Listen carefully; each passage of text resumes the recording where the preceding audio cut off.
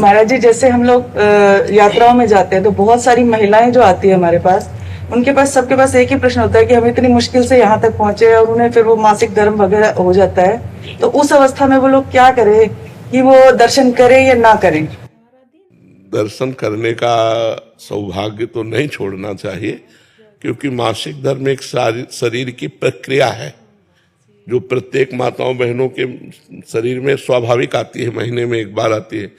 अब वो अचानक ऐसी स्थिति आ गई है और बार बार आना जाना हो नहीं सकता, तो हमें लगता है कि स्नान करके और भगवत प्रसादी चंदन जल आदि छिड़क करके भगवत दर्शन कर लेना चाहिए दूर से। ना कोई सेवा सामग्री देनी चाहिए और ना वहां स्पर्श करना चाहिए, दूर से दर्शन तो कर ही लेना चाहिए। पता नहीं जिंदगी में दोबारा आना हो कि ना आना हो।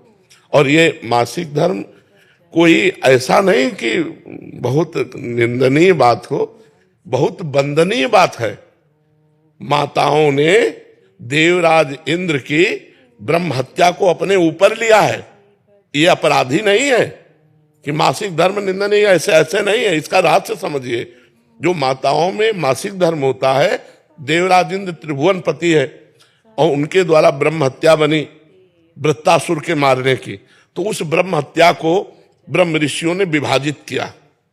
पहले नदी को दिया जो फेन बुदबुदा के रूप में ऊपर होता है, दूसरा वृक्षों को दिया जो गोंद के रूप में होता है, तीसरा भूमि को दिया जो ऊषर भूमि के रूप में होता है, चौथा माताओं बहनों को दिया जो मासिक धर्म के रूप में होता है।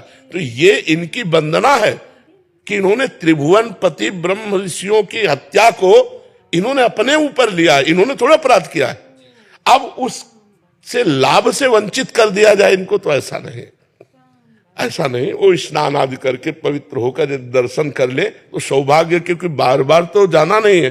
जी जी, बहुत मुश्किल। हाँ, नहीं, हम इस बात में स्वीकृति कि आप कुछ भेंट नहीं दे सकते, आप कुछ छू नहीं सकते, लेकिन दूर से दर्शन करके अपना जीवन सौभाग्य तो संभाल सकते हैं। क्योंकि इतनी मेहनत करके किसी भी धाम में सबके पास इतनी अर्थ बाहुल्यता नहीं होती।